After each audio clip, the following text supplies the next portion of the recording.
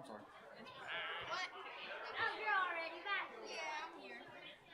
Oh. Is that on? No. So we just need to remember to turn it on. Oh, it is on. It's just not loud. Maybe say something in it.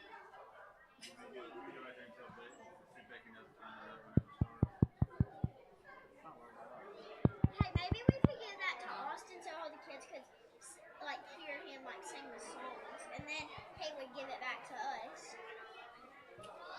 It might be a lot of work.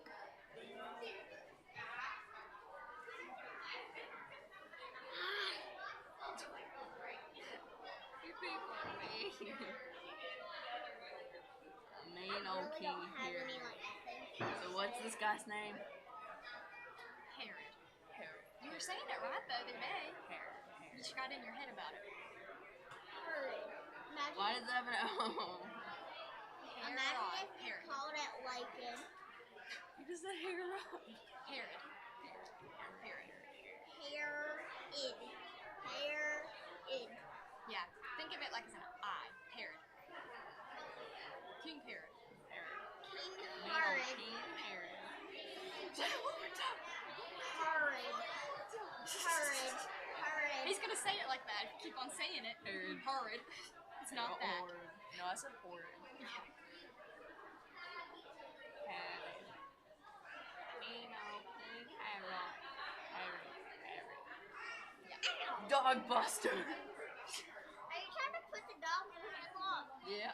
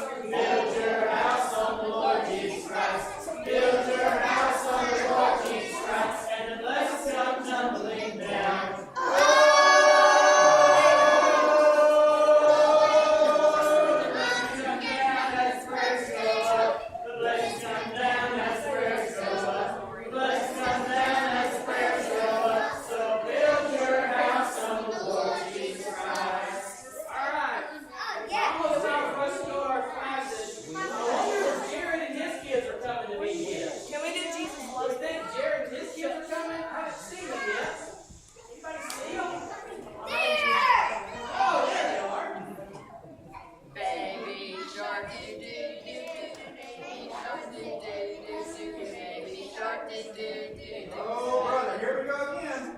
Did you say we're getting a baby brother? Oh, I promise you I didn't say that. Well, I couldn't hear what you said because we were singing. Exactly. Can you please find something else to do? Oh, I know. Let's pretend like we're in a band and we're all different instruments. I call trumpet. I call drums. I call tuba. Boom, boom, boom. Oh, no, you don't. No, dear, not playing that. How about a nice game of quiet night? Boring. Oh, I know. How about questions and answers? I'm not doing anything that looks, sounds, smells, or tastes like school. Unless it's recess, I'll take recess anytime. What kind of game is it, Dad? Well, since y'all went to vacation Bible school last night and you're learning about the life of Jesus, why don't I ask you some questions about him? Can the winner get a prize? Our teacher told us that the person who brings the most visitors to VBS this week gets a prize. How about if you do the best you can, we'll go get ice cream. Chocolate ice cream? I don't like chocolate. I want strawberry. Can I have strawberry, Dad? No chocolate, no strawberry, and no plain old boring vanilla. I want birthday cake ice cream with sprinkles. No, I want ice cream. Strawberry. Hold it. This fussing and fighting has got to stop. You really think this is going to make me want to go buy you any ice cream? Sorry, Daddy. It was my fault. I'll take any kind of ice cream you want to buy for me because you're the sweetest, nicest, kindest, most handsomest, tallest, funniest dad in the whole wide world. Very funny, Lincoln. All that sweet talk is not going to get you anywhere. Just please behave. Okay, are you ready to start our game? Yes. Okay, boy, you go first. What was the name of Jesus' mom? That's easy peasy. It was Mary. Right, okay. So, Riley, this one actually has two answers.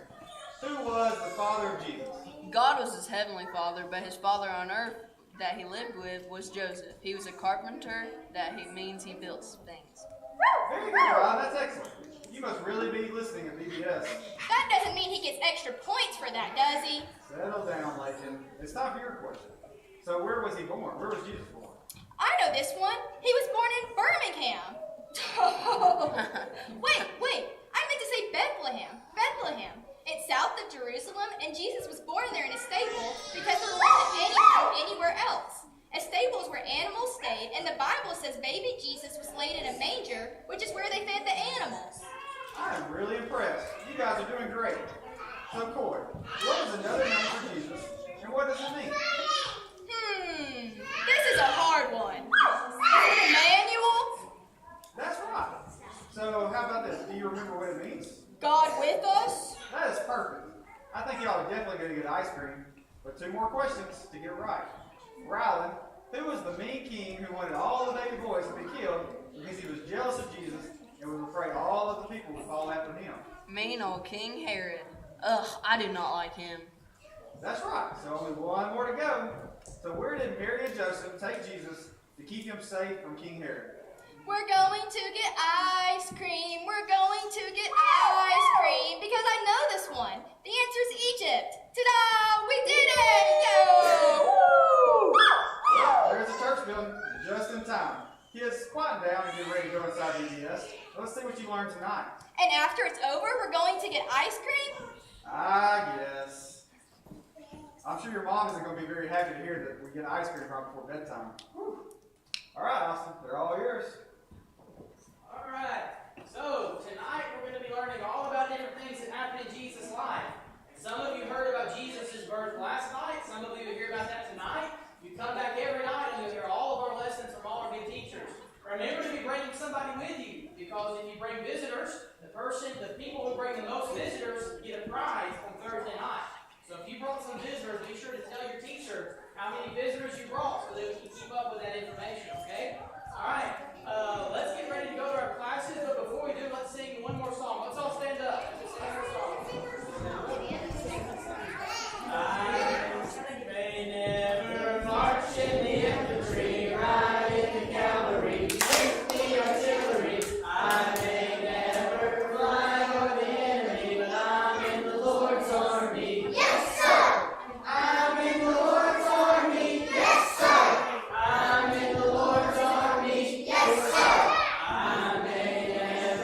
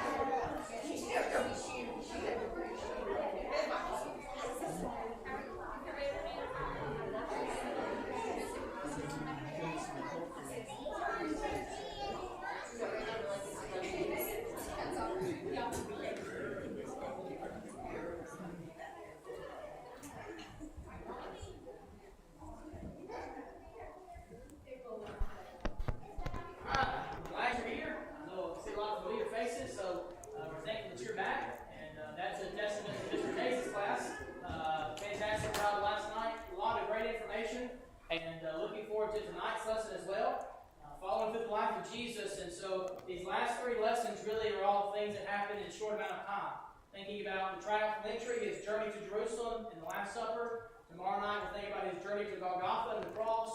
And then the last night, the journey to heaven and the ascension. And I know Mr. Nays is going to take his approach to each one of those. Last night was fantastic, and I appreciate him and his study for that. Just a reminder, or in case you weren't here last night, this class will dismiss about 7:45, and there are refreshments in the annex for you if you'd like to go get those. And another puppet play. And then if you have young people to pick up, they'll be picked up in this auditorium at 8:30 when we dismiss. So the refreshments are for you to go and enjoy, and then come back and pick up them there. Let's pray together before we have our class. Our Father in heaven, we're so thankful for the opportunity we have to be here this week, to study lessons from your word, to be encouraged by the energy and enthusiasm of our young people.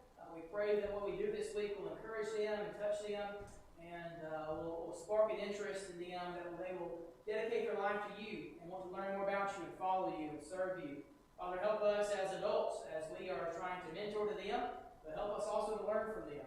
There's a lot of things that we can learn from our young people. We're so thankful for them. We're thankful for Mr. Tays, for his preparation and for his ability. Father, we pray that you give him a good remembrance of all the hard work that he has prepared to share with us tonight. Help us as listeners to take these things and apply them so that we can better serve you.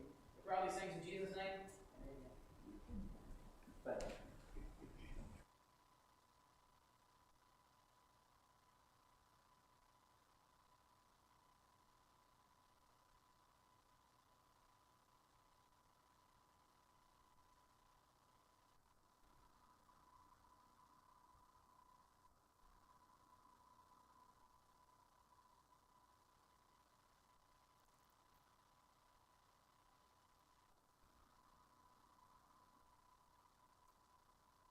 to Jerusalem as that part of the lesson that we're going to be talking about tonight. And in Luke chapter 9, verse 51, this is how it begins. And we're talking 7, 8 chapters there where it talks about the journey to Jerusalem. The time was coming near when Jesus would leave and go back to heaven. He decided to go to Jerusalem. Now, one of the things about this is that I kind of like to look at what different translations do. He decided to go to Jerusalem. Well, this is the Greek word, and I told you I don't do a lot of Greek, but I also want you to understand it. This word right here means to fix firmly, to buttress. If you know about buildings, those are those things that support, that make these big, huge cathedrals. A support that fixes and plants down, to give support, to secure, to solidly plant. Basically, he had decided that he was going to do this. This is what this word means. All right. He made up his mind and set out on his way to Jerusalem. All right. That's one translation. That's okay. It really doesn't give you the real import of the word. All right. Another one says he was determined to go. That's better. It's okay. He resolutely set out. Now, that's getting better. That he resolutely set out. One version said, it's a more modern version, but I like how he gathered up his courage and steeled himself for the journey to Jerusalem. He hunkered down. This is what he said, which is really the best one as far as what the word really means. Because if you look at some of the older versions, it says he set his face to go to Jerusalem. And like I said, this one, he steeled up his courage and steeled himself. So this is what Jesus decided. This is the biblical version. Therefore have I set my face like a flint. This is in Isaiah. Like a flint is like a stone. He set his face to go. He had that look on his face. An inflexible resolve. This was something that he was going to do. There was no doubt he was going to do it. It was ever fixed on one goal. I love to see what other people, I like to read from a whole bunch of different people that a lot smarter than me. Ever fixed on one goal. An unwavering determination.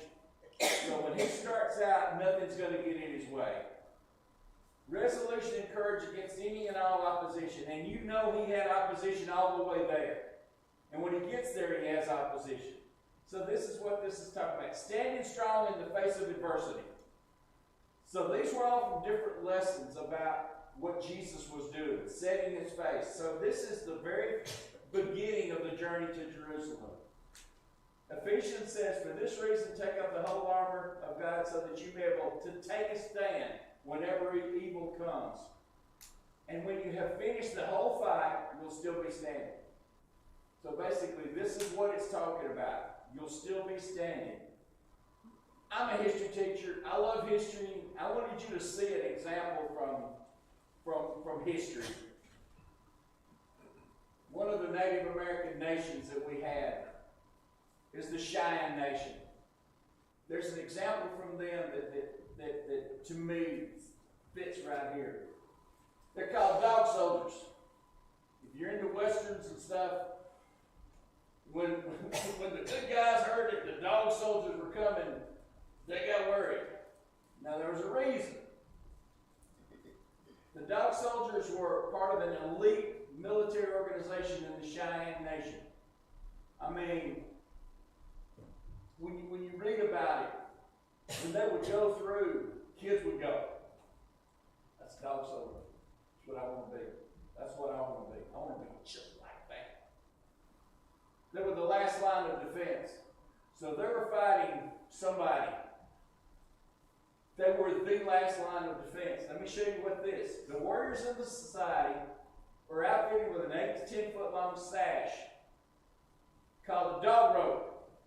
Now you can kind of see it in this picture right here. There's this little sash. Now they call it a dog rope. It trailed the ground. Only warriors considered the bravest could carry a dog rope. Now to us, that doesn't sound like much. To them, they were elite. This was the elite of the Cheyenne Nation.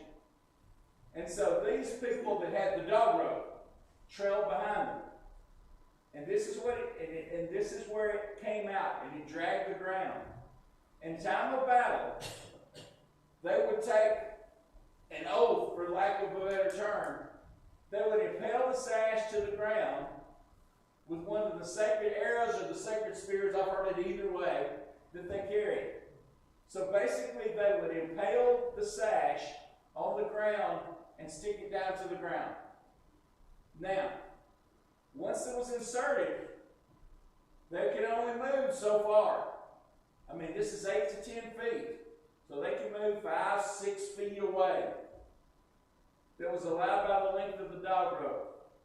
And they vowed to fight and die on that spot. We will never leave. We won't retreat. We'll defend. And basically, this is a lot of times to let the big group go. And they were like the Alamo. They were the last lines that they were going to do this. They would fight to the death and never give an inch. Retreat was not an option for them. They would rather die than retreat. The dog soldiers would die rather than pull up the sacred arrow themselves and retreat. Now, these ferocious warriors, you can see it right there, stuck into the ground, would stand their ground to the death. This is that resolution we're talking about. This is it.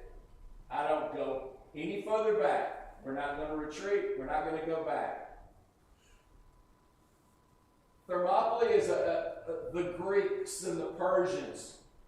If you saw the movie The 300, which by the way was a really lousy historical movie, exciting but terrible history. But the Persians were invading with anywhere from 1 million to 2 million soldiers. You can hear all sorts of numbers. The Greeks were going to hold this narrow place called Thermopylae, the hot thermal grounds right here. It was somewhere in the neighborhood of 50 to 100 feet wide. Cliffs got under the water, and they knew that the Persians would have to come through there. The Spartans, basically, in Leonidas, this is what he told them. Let each man spread his legs, rooting them in the ground, bite his teeth into his lips, and hold. If you know your history, they held for 2 to 3 days. They let the people retreat out of Athens, saved a lot of lives, saved a lot of people. And this is that kind of resolution we're talking about. Jesus had that same thing, that I'm going and nothing's going to get in my way, no matter what the opposition. And so this term here, he set his face to go. It's a little term, but it's really important to understand. And Christ began the journey to Jerusalem. And this is the triumphal entry and Last Supper. Well, I started studying for the lesson. And the first thing is, well, there's lots of things you can do. So I decided, if you look up at the map, one of the very first things that happened there in Luke chapter 9. He set his face to go to Jerusalem. We talked about that. He sent a messenger ahead of him. James and John are among them. We'll talk at length about James and John, who went and entered the village of the Samaritans. That's what we're going to talk about. Him encountering the Samaritans. I decided to focus on this first stop in the journey. That's as far as I got. I stopped. We did that, and that's the whole lesson 9. And I decided to don't really use titles much, but reaction and rejection. Jesus was rejected there. And I wanted to talk about that rejection. There's 5 parts right here. And I'm a teacher. Teachers borrow. Right, Miss Cooch? Teachers are bad to borrow, aren't they? We steal like fairies and others. But you're welcome to steal my stuff, so you're welcome to it. I like their outline, and then I work from that outline because I thought it was a great outline. Those are the things that happen. The journey begins. The journey takes up 9 of 24 chapters, this journey to Jerusalem. The journey begins at Luke 9:51 and climaxes in 1941 with the triumphal entry on the colt going into Jerusalem. And his final journey was to Jerusalem. And that's where he was crucified. And the trial and all those different things that happened. Isaiah 50, it talks again. He has set his face like flint. Flint, this hard stone. And he had set it to go to Jerusalem. The Samaritan opposition. But first let's talk about Samaritans.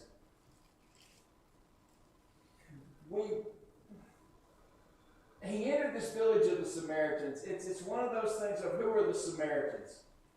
And I'm not going to sit up here and again, I don't want anybody to think, you don't know who the Samaritans are. Well, all of us don't know as much about this as we should. There's the Good Samaritan, but let's talk about who the Samaritans were. There's Israel right here. Jerusalem is in Judea down in the south. Galilee is where Jesus spent the majority of his life, in the north. And in the middle is Samaria. This is mostly Gentiles. So that's basically the two parts of Israel. The Jewish parts were separated by a Gentile portion called the Samaria. Now, how did they get there? The Assyrians captured Israel. Now the Assyrians, if you know where Iraq is, they were in the northern part, the Babylonians were in the southern part. The Babylonians captured Judea, took them into exile. The Assyrians captured the north. They were bad people. They were terrible people. Awful. They tortured people. It was terrible what they did. This is the people that Jonah was upset that God was going to save them, the Assyrians. It was kind of like he wanted them to be, for lack of a better term, zapped.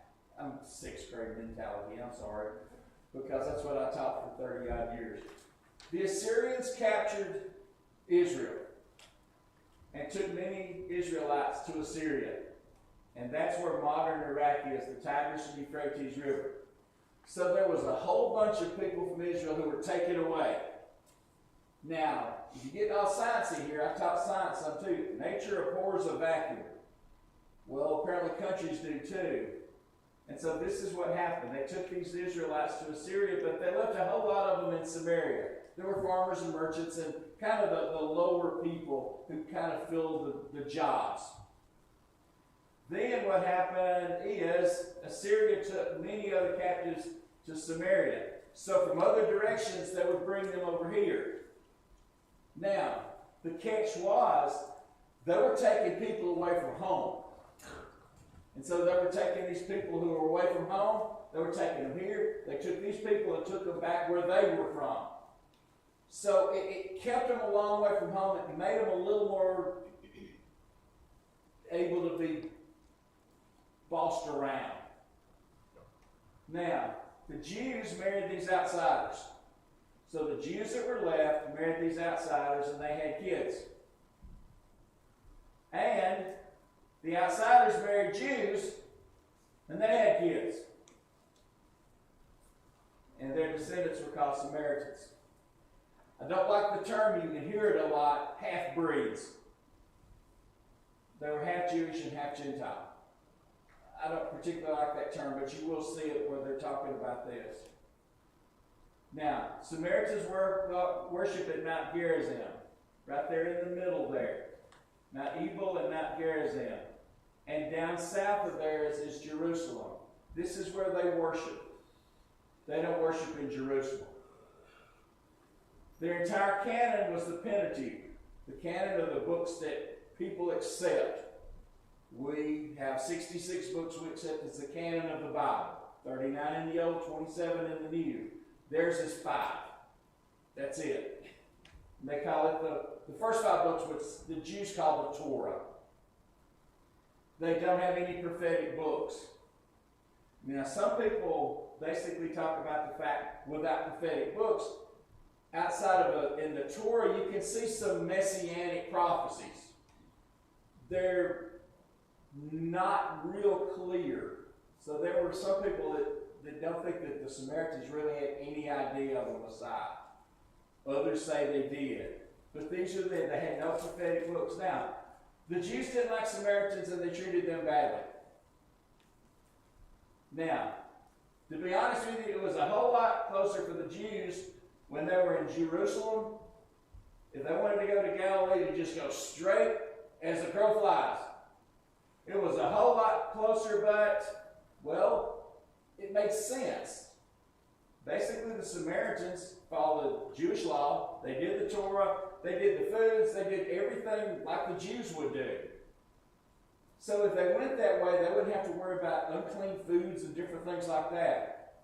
But the catch was, they didn't want to go through there. They didn't want to be around these people who were half Jewish and half Gentile.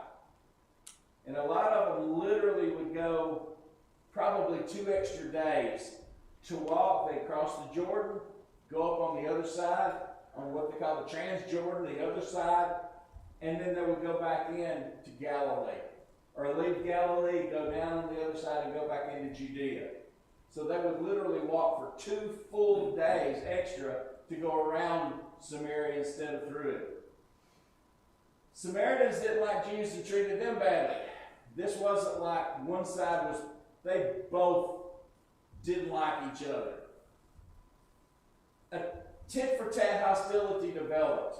One of the things that I see when you're studying this, I saw something about Samaritan bigotry and how they treated Jesus because he was Jewish. The more I studied this, it worked both ways. Let me just do just a little dab of history here. The Jews were being harassed by Samaritans through raids on Jewish land and the capture and sale of Jews into slavery. Samaritans were the bad guys. Okay? The Jews laid siege to Samaria. After a year, they captured it. Now, you know what a siege is. You starve somebody out. You basically surround them, cut off their food, cut off their water. This is what they did. They captured it and utterly destroyed Samaria, the city. Their temple, we talked about on Mount Gerizim, was destroyed. The Jews were the bad guys. Around the time of Jesus' birth, the band of Samaritans profaned the temple in Jerusalem. They went in there and scattered bones in the sanctuary. That was unclean. The Samaritans were the bad guys. Samaritans attacked and killed a group of Galilean Jews on their way to Jerusalem to worship. That's another reason they would go around sometimes. But they went the straight way through, and they got killed on their way. And the Samaritans were the bad guys. Do you get what I'm trying to say here? They're both bad guys in this. They're both at fault on this problem. So when both of them don't like each other, they're both at fault on this. The Samaritan opposition. So you know who we're talking about here. This is the Samaritans. He set his face to go to Jerusalem. He sent messengers ahead who entered a village of the Samaritans. The people there did not welcome him because he was heading for Jerusalem. He had already decided he's going.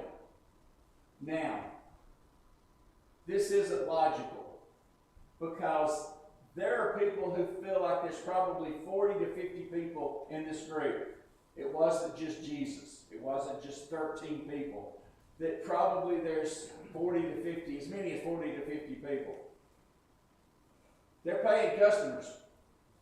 So now, most people who have a business, you are diehard Alabama. Auburn person comes in, do you take their money? Yeah. Why? Because it's green. You don't really care. Tennessee, it doesn't matter. Well, they turned away paying customers. Now, deeply felt hostilities are seldom logical. I'm not even going to tell you which administration this was. Doesn't really matter, because you can find this with any of them. If you voted for and continue to support and stand behind the worthless, inept, and corrupt administration currently inhabiting the White House, take your business elsewhere. So you don't want that person to go in your business and pay you money because they like this particular president? That's not real logical, is it? Take your bit. That money's going out the door. So this is what they were doing. So logically, it didn't make sense. They got too much money. They don't want to do that. Well, most small businesses don't have too much money. That's not generally a problem you have with a small business.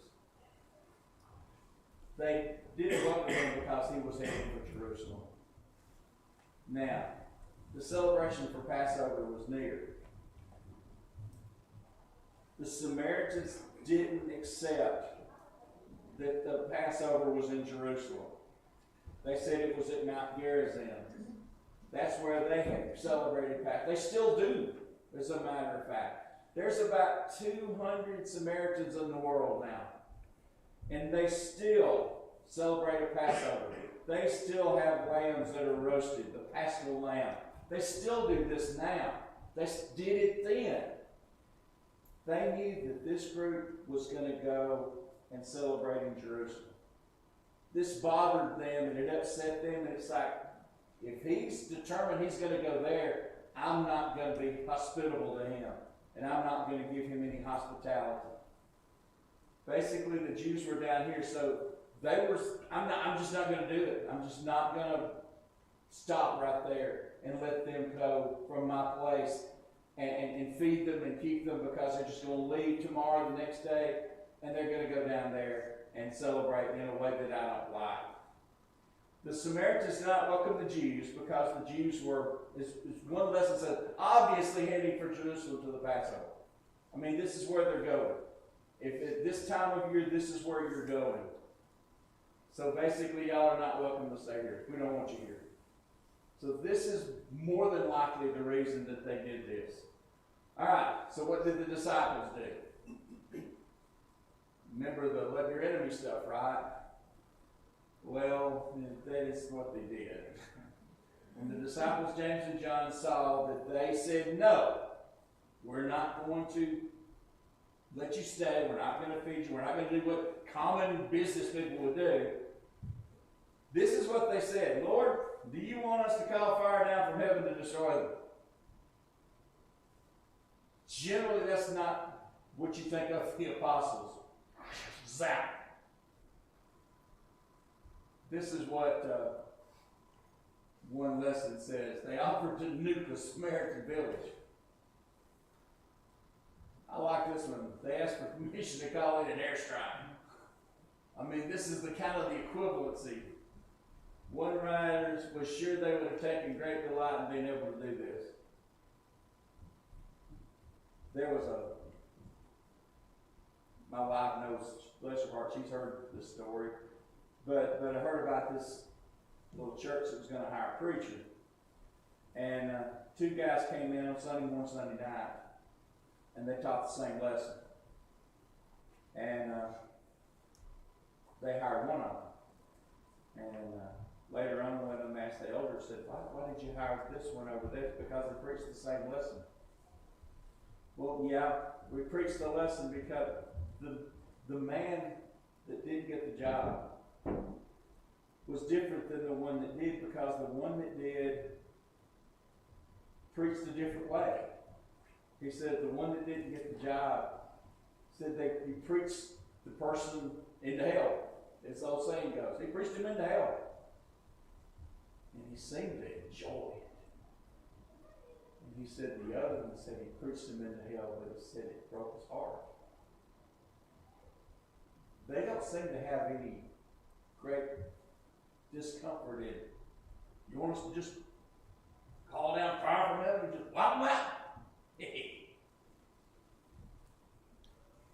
They wanted revenge. They wanted revenge. They were rebuked by Jesus. He says, that's not going to get it. That's not going to get it. Instead of rebuking the Samaritans, Jesus rebuked James and John. Some people said he was defending him. Didn't matter. Jesus said, you're wrong. We don't know the exact words, but we do know the tone. But Jesus turned and rebuked them. He basically, this is what how one person, they turned himself about to them and looking upon them with a stern face. There's a website called It's a Southern Thing. If you ever see it, it's basically talking about different things in the South. And this is a mom. And mama's upset at Junior. You know what that look is. You know, I had that look when I was a kid. We know what that look looks like. And he turned around and looked at them. And they knew that they were wrong. Jesus turned and rebuked them. Or the NCV, New Century Version, says scolded them. This word basically, to find fault with, okay, I understand that. To express strong disapproval. He didn't like it. Warning in order to bring it to an action. I want it stopped. Okay? No more. I like this last one. I put it last. It implies more authority and less argument. Basically, no, and we're not going to discuss it. We're not going to talk about it. Absolutely no. And this is the tone of what he was saying. This is the Greek word. And then moving on. And they went on to another village. He was modeling what he told his followers to do if they were rejected. It's in Acts 12, it's in Acts 72 in the next chapter. And he talked about the dust, wiping the dust off your feet if they won't accept you. He sent them off there in Luke chapter 9, he sent the 12 out. If people don't welcome you, leave their town and shake the dust off your feet.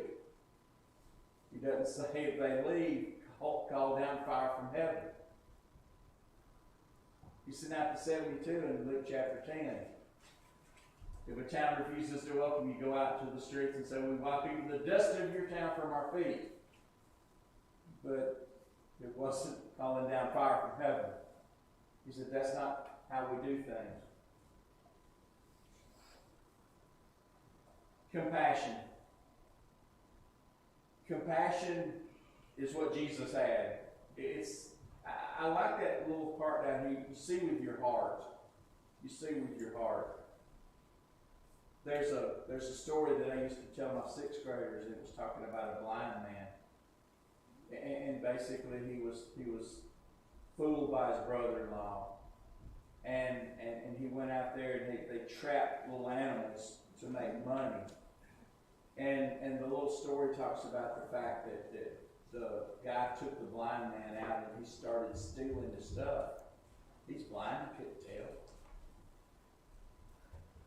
And so basically what it amounts to is he comes back and he says, be sure you sell those things you took for a high price. And he said, I'm sorry, that's bad. And he says, are you okay? And he says, yeah, I forgive you. Because he said, I see with my heart. I hear with my heart. And this is what compassion does. The rich young ruler rejected Jesus. But if you look, it also says he loved him. He did reject him. He was wrong. But Jesus loved him still. And that's that attitude we need toward people and people that do wrong. Reacting to rejection. James and John. I saw this. The sons of thunder. Boanerges. And by the way, you can get a t-shirt there if you want to. The Sons of Thunder t-shirt. James and John did not react well. They were angry. They were hurt. They wanted revenge.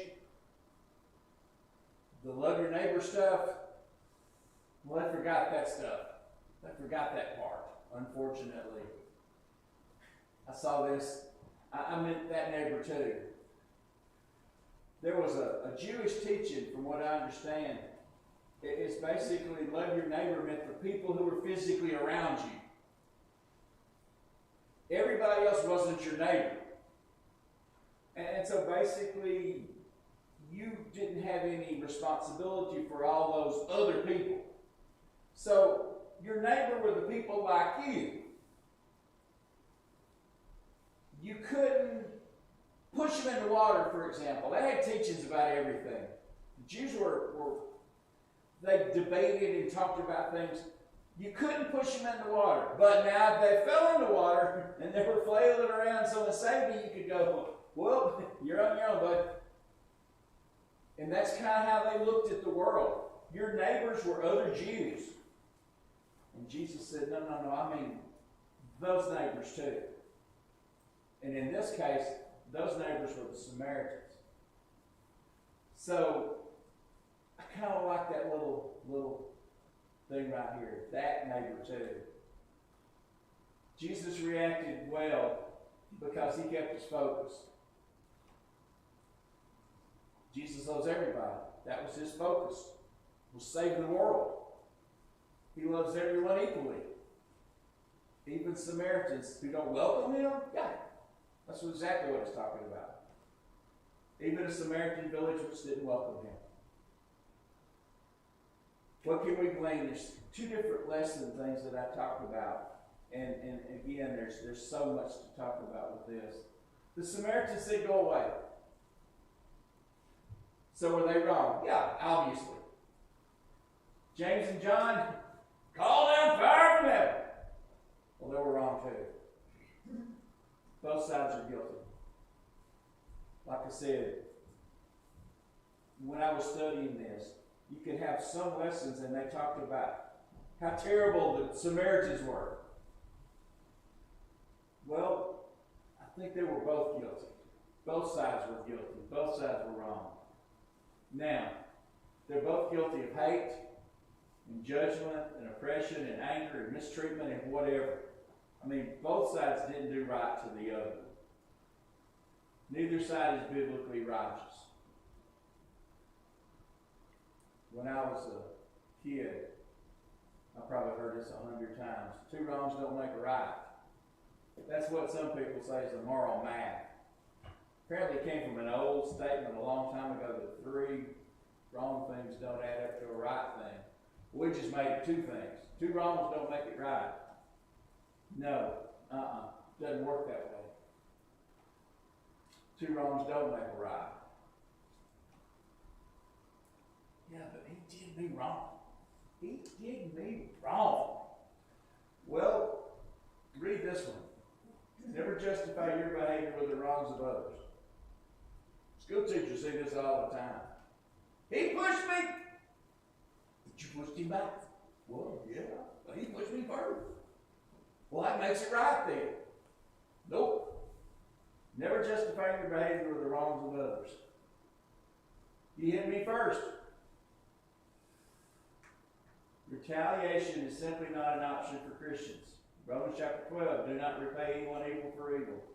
I read this a long time ago and it's always stuck in my mind. It's just simply not an option to retaliate. So you can't do that. No matter how good it feels. No matter how much you want to do it. No matter how much they deserve it. If you want to do what God says. But I read this and I thought, this is really good. Everything in us cries out for the wrong to be righted. We don't like to see wrongs. We want to hurt them in return. The Bible calls for an eye for an eye. You hear that a lot of times. It's eye for an eye. I mean, when this happens, it's eye for an eye. To be honest, our emotions can get in the way and our judgment can be clouded when we're trying to even up the score. Retaliation is seldom getting even, but it's usually giving back, plus a little bit extra. Because we don't want to get the exact same thing. We want to get them a little worse than they got us. There was a politician through the years, and this quote, anybody that hits me, I'm going to hit them 10 times harder. And they said that really good people would respond to this with great applause and great support. But that's not biblical. That's not biblical. Proverbs 20 in the New Living Translation says, don't say I'll get even for this. Just don't do it. It's just not, You just can't do it. To be honest, an eye for an eye was meant to keep people from retaliating on their own and starting what's called a blood feud. Because this happened, especially, and it happens all over. It's happened throughout time. It's a cycle of retaliatory killings and attacks. What's retaliatory? Get back at them. And so what do? They got to get back at you. And what do? They got to get back at you. And what do? They got, yeah, but does that happen in real life? Let's talk about an example. Let's talk about a biblical example. Genesis chapter 34. It's a terrible chapter. It's fascinating, but it's awful. God is not mentioned. The word God, the name God, is not mentioned in that chapter. They invite her over. And to put it in simple terms, she's raped. Her brothers decide that they're going to retaliate. Now, they hit us first. So now we've got the right to do what? Get back. Now, they looted the city. They attacked the city. This is all from the accounting in Genesis 34. They killed every male. They carried off all their wealth. They seized their flocks, their herds, and their donkeys. They carried off all their women and children. You know what for? Probably to be sold into slavery. There are some accounts that they might have been taken as brides or whatever, families, and they took them as their own, or workers. But basically to be sold into slavery. And they took his plunder, in the Bible it says everything. Now, in the great moral scales, you can't put a weight on terrible things. What happened to Dinah was horrible beyond measure. I'm not trying to defend it. But look at that. Look at all of those things that happened. Abraham said, "You've made me a stench to my neighbors." Because this is not how you do things. This is not what you do. Now, an eye for an eye was supposed to stop some of this. Like we said right here, it was meant to keep people from retaliating and starting these things. Now, let me show you. Albania is a little country that's where Greece is, and it's across the Aegean Sea there. In the 21st century, this was a handful of years ago, 10 years ago, 15 years ago, a child was rude to a man. There was some kind of get together, whatever. This child was rude to a man. A man said, "I'm mad at that household." So he fired a warning shot at the household.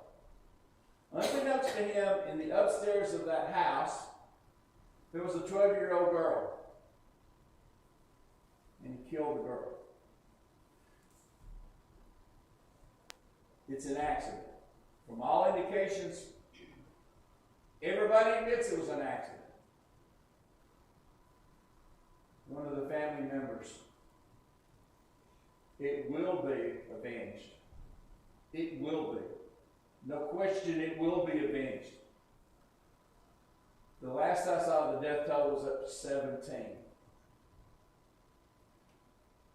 A terrible accident, but it turns into this cycle of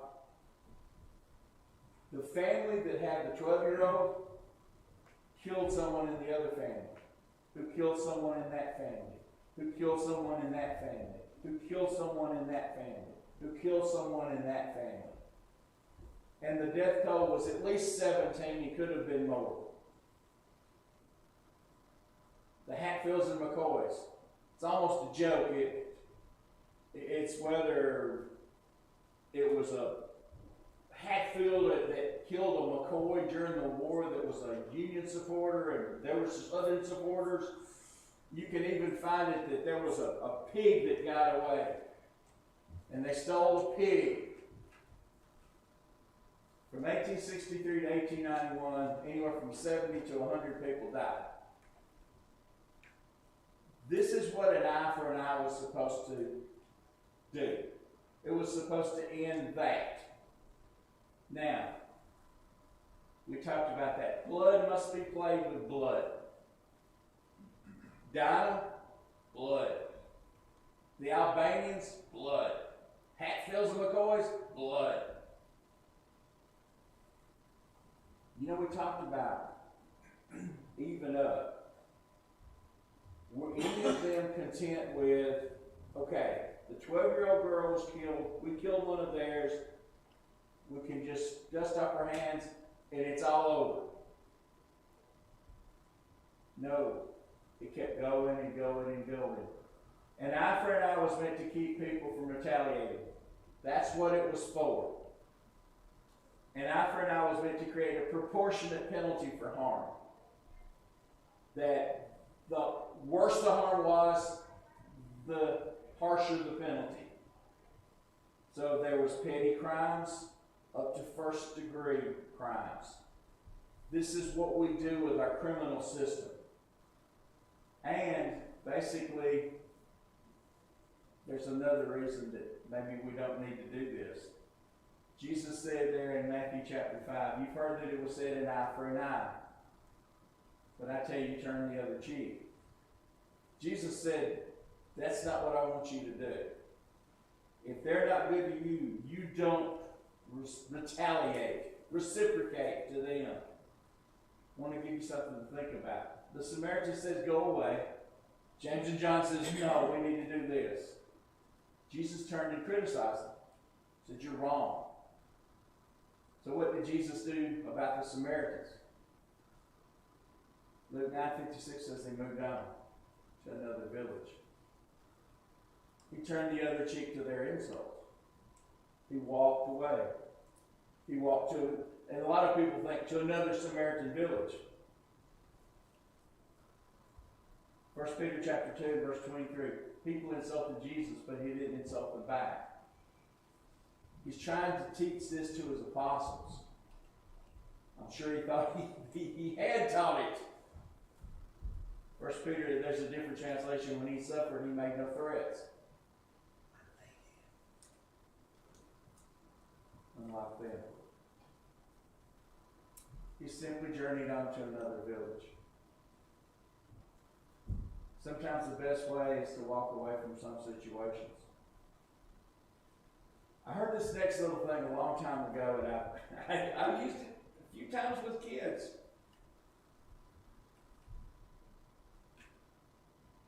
You don't have to attend every fight you're invited to. So when it gets to, we're not talking even fist fights. If you want to get into something, you don't have to retaliate. You don't have to reciprocate. Sometimes you just need to move on. Walk away. Since the Samaritans seemed to be the enemies of Jesus, how did he deal with the Samaritans? All right, all right, you get this love your enemy stuff. They've proven to be enemies. We don't want you around. We don't like you. We don't want you here. In Luke 10, he holds up the Samaritan as a role model of serving. That's the Good Samaritan. I love that lesson. Our preacher, Wendell Gann, did it. And I never heard it this way. And I tried to do it for chapel at school. And what I did was use a gang. And it was a gang members that were on a subway. And there was an initiation rite into this gang where they were supposed to cut somebody.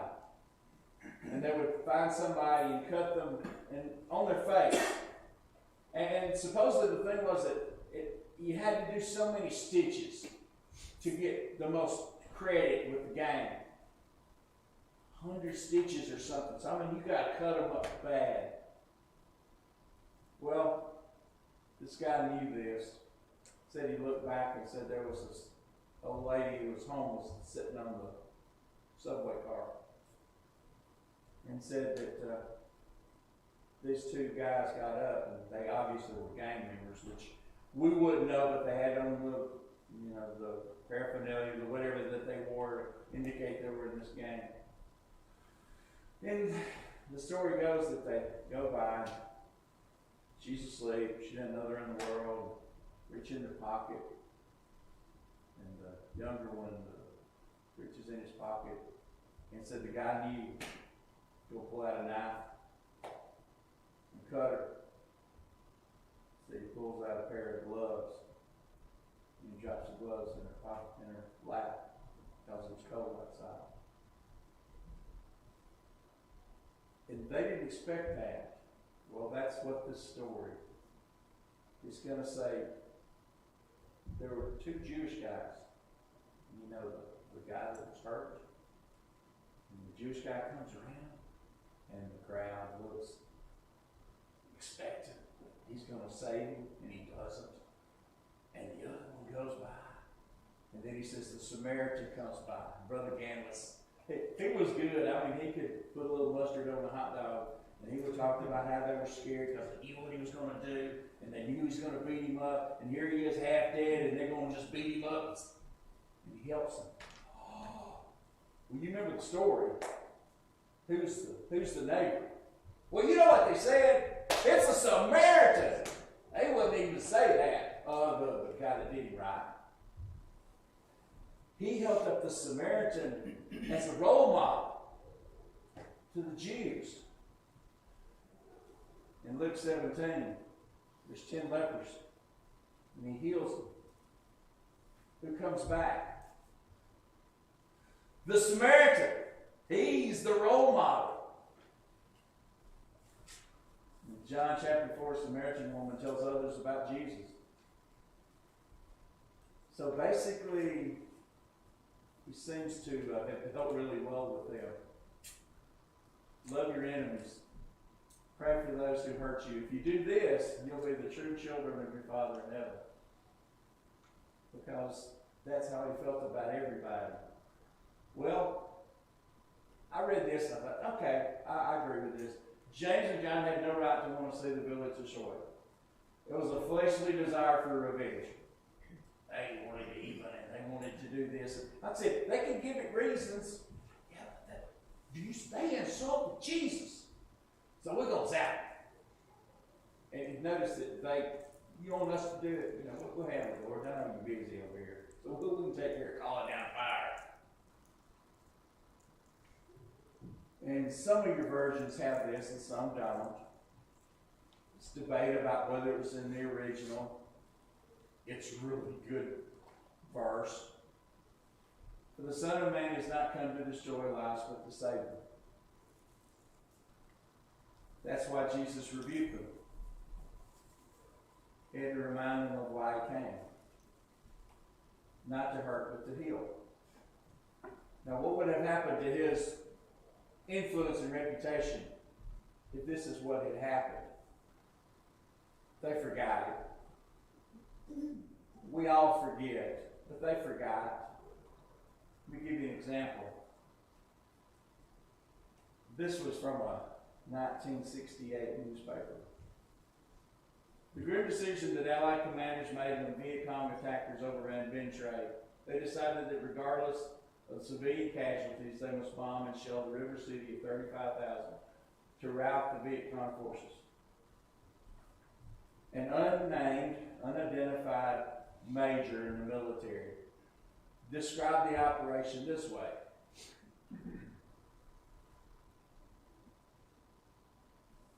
It became necessary to destroy the town to save it. It's just boggles the mind to describe something that way. It became necessary to destroy the town to save it. Perhaps they felt they were defending Jesus. But we don't accept, America didn't accept destroying the town to save it. Jesus didn't accept that philosophy of, well, let's destroy the village. The Son of Man has not come to destroy, but to save. Abraham Lincoln was reminded that it was his duty to destroy his enemies. Now, when was he reminded about this? Well, he was being criticized for being too courteous to his enemies. This isn't history doesn't take sides, it just tells about things that happened. There was a young lady in Killen who's got married. Her name was Harrison. And her husband went off to war. And he was captured in Gettysburg. Went to a prison camp in Delaware. And he was dying. They sent her a letter. They were underfed and lots of disease. And this young lady from Killen, who had really never been out of just this little small area, decided she was going to leave Killen, Alabama, and go to Washington, D.C. about her husband. And the story goes that she borrowed a horse and wagon, went to a judge in Nashville, got another permission slip, if you want to call it that, went to Louisville, Kentucky, by herself, went all the way to Washington, D.C. And she waited outside in the waiting room for the President of the United States. Now remember, she was from the Confederate States. Nobody, she sat there all day. She sat there all day the next day. She went back the third day. And they opened the door and said, "Mr. Lincoln will see you now." So she goes in there, and Abraham Lincoln says, "I hear you're the young lady that came all the way here to take care of her husband." "Yes, sir." "Well, it's all been taken care of. He's already gotten his release. He's already heading home, and he may get home before you get there." And he let him go home. And he walked all the way from Delaware to Killen, Alabama, because President Lincoln, he was criticized for those kind of things, because a lot of people in the northern states said they're the enemy. Well, basically, this is how he felt.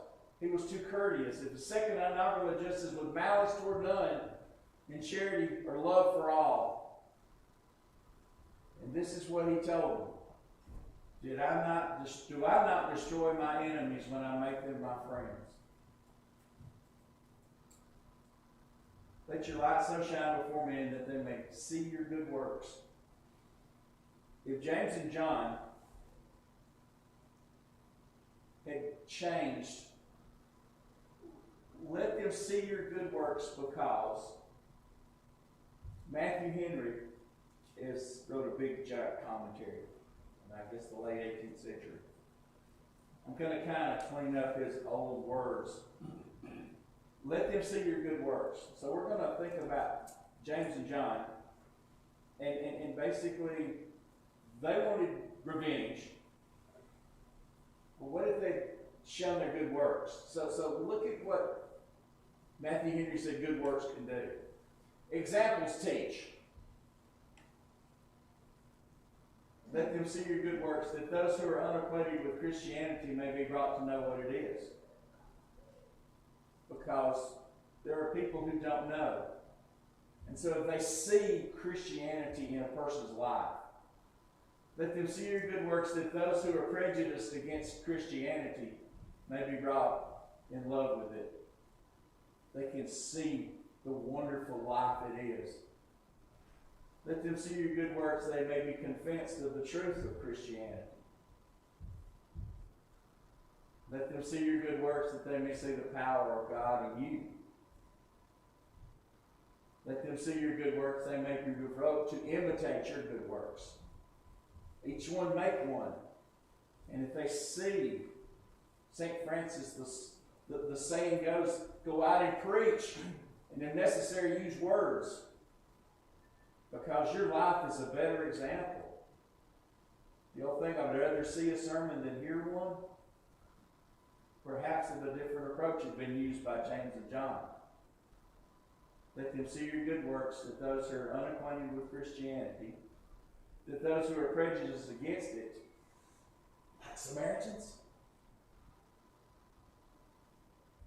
it says, people basically right here that are unacquainted and are prejudiced, like the Samaritans, may be brought to know what Christianity is and may be brought in love with it.